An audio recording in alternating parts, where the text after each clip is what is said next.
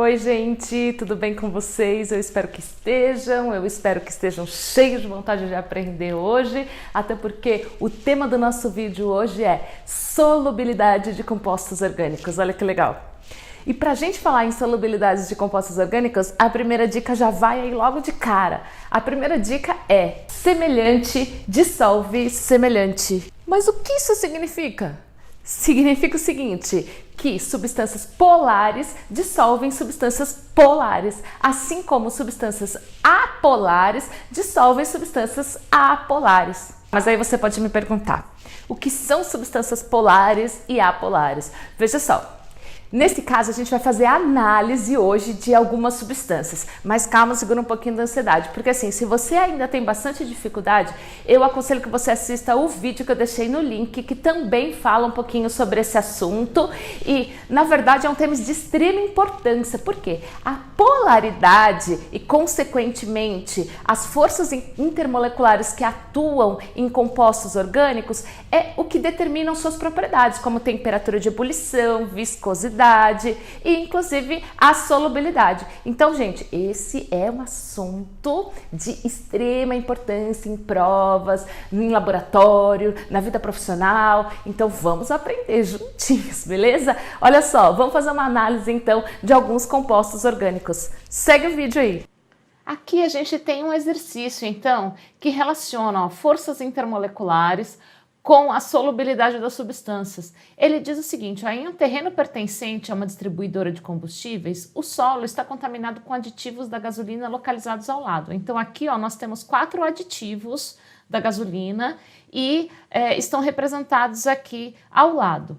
A partir de uma análise das forças intermoleculares envolvidas, discuta quais compostos têm uma maior probabilidade de contaminar o lençol freático da região devido ao arraste pluviométrico. Então veja, imagina que eu tenho solo, começa a chover, nesse solo eu tenho essas substâncias, a substância 1, a substância 2, 3 e 4. Muito bem, quando vem a chuva e entra em contato com esses compostos que estão no solo, essa chuva ela pode arrastar esses compostos até o lençol freático.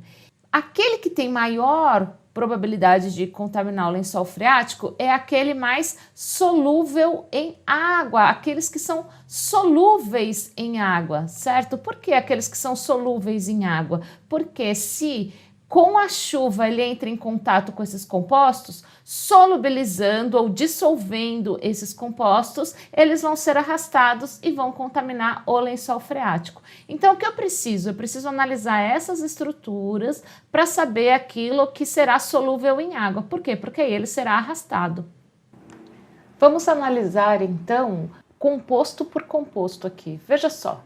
Vamos analisar primeiro esse daqui. A gente já viu até no vídeo anterior, que eu deixei o link para vocês, que quando eu tenho apenas carbono e hidrogênio formando uma substância orgânica, significa que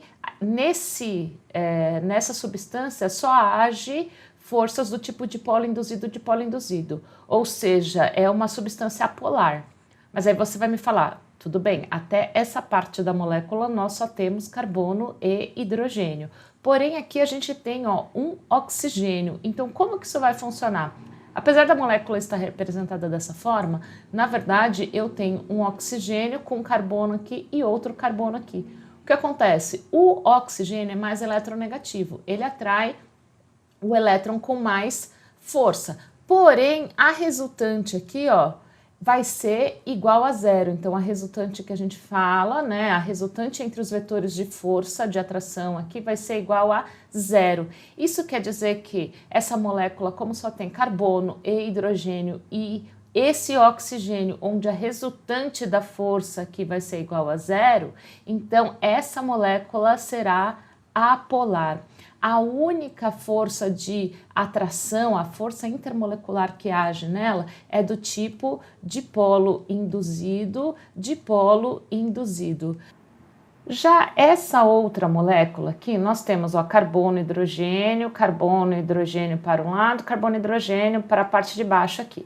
Porém, veja só, nessa ligação aqui a gente tem o carbono com o oxigênio e esse oxigênio ligado ao hidrogênio.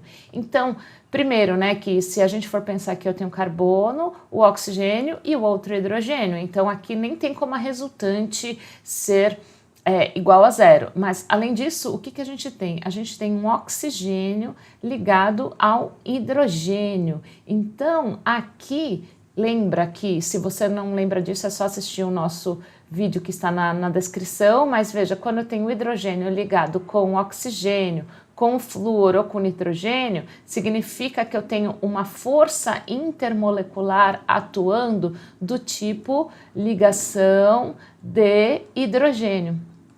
Então, aqui, além das forças do tipo dipolo induzido também, eu ainda tenho essa formação de dipolo. Então, aqui nesse oxigênio, eu vou ter uma formação de um dipolo negativo, porque ele é mais eletronegativo, e aqui a formação de um dipolo positivo. Isso faz com que outra molécula dessa substância seja atraída por esses dipolos. Então, o dipolo positivo dessa molécula vai atrair o dipolo negativo de outra molécula como essa.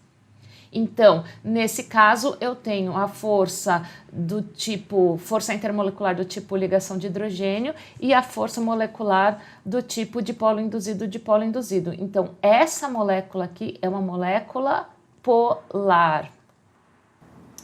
Nessa molécula tem carbono e hidrogênio presente, então aqui ela terá uma força intermolecular do tipo dipolo induzido, e além disso também tem a presença aqui, ó, de OH, ou seja, o hidrogênio ligado ao oxigênio. Então aqui a gente também tem a formação de um dipolo negativo e um dipolo positivo, então que vai dar origem à força intermolecular do tipo ligação de hidrogênio.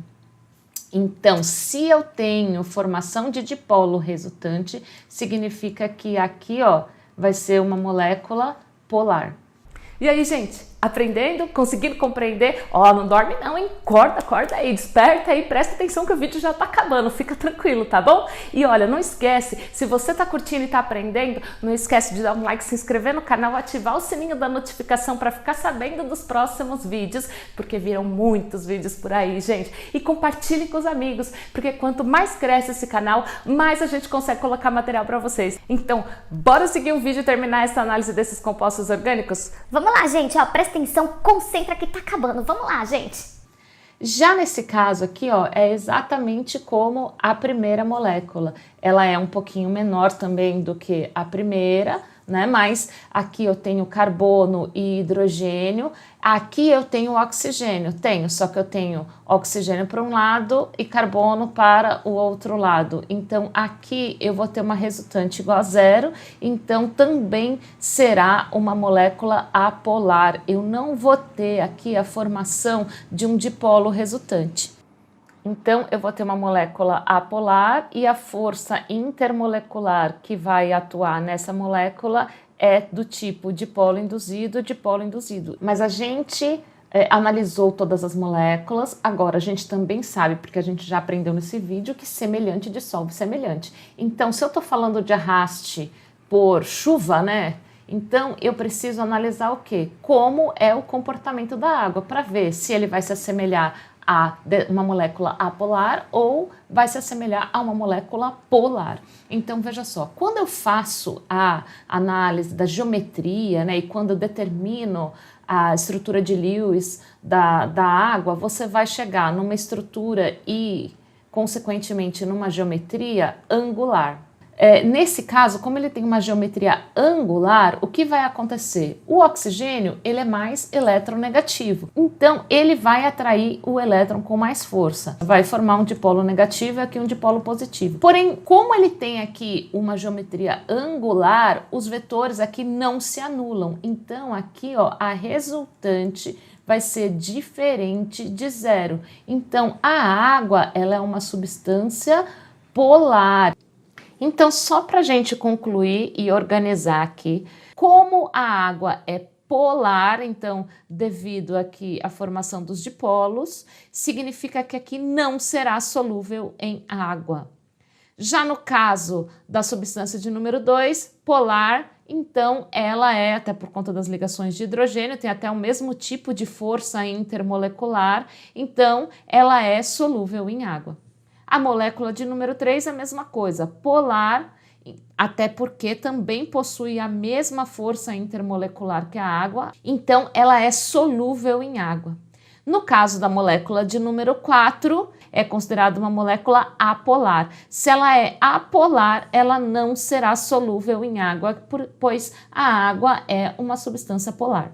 Então, substâncias ou aqueles compostos de maior probabilidade de contaminar o lençol freático é aquelas que são solúveis em água por conta da chuva. Então, são aqui as substâncias de número 2 e a substância de número 3.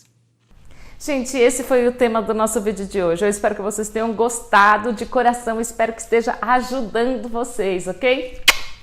Até o nosso próximo vídeo, já tô ansiosa já.